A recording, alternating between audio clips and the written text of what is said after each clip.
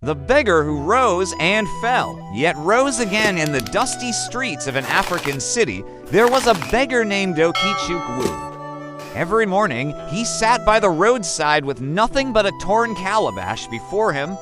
His clothes were ragged, and children sometimes mocked him, yet he never cursed anyone.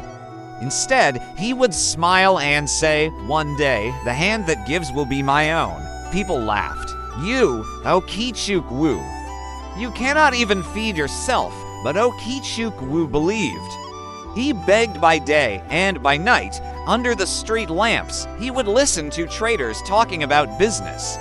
He memorized every word, every strategy, every mistake they spoke of. His hunger sharpened his mind. One fateful day, a kind old woman gave him not just food, but a small sum of money. "Use this well, my son," she said, and Ogechukwu did. He began buying cheap fruits at dawn and selling them at midday in the market. Slowly, his calabash was no longer for begging, but for counting coins. Years passed, and Ogechukwu grew from fruits to grains, from grains to cattle, from cattle to buildings. Soon, the beggar of yesterday became the richest man in the city. There was no one like him. But Ogechukwu did not forget the dust he once sat in. He built schools for the poor. He opened programs where the jobless were trained to start their own businesses. He gave land for farming and houses for widows. People called him the Hand of Mercy, yet not all hearts were grateful.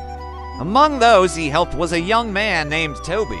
Ogechukwu had given him money to start a shop, advice to grow it, and even shelter when he had none. But greed poisoned Toby's heart. He whispered to others, "Why should one man have so much power? He makes us bow to him with his kindness. Let us bring him down." So they plotted.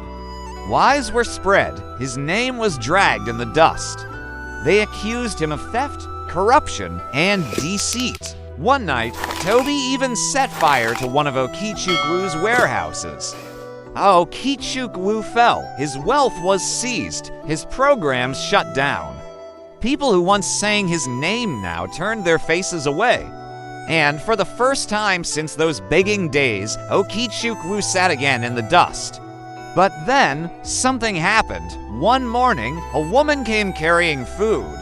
She was the widow who now had a house because of him.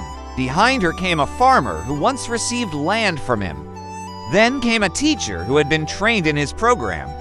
One by one, the people he had lifted began to gather.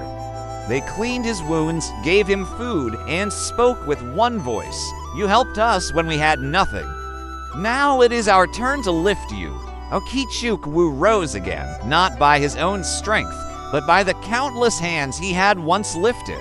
And though he rebuilt his wealth, he carried with him a scar, the scar of betrayal.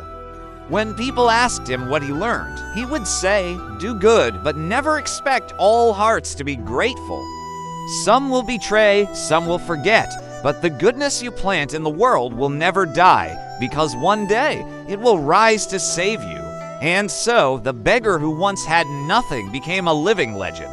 Proof that kindness, even when wounded, can never be destroyed.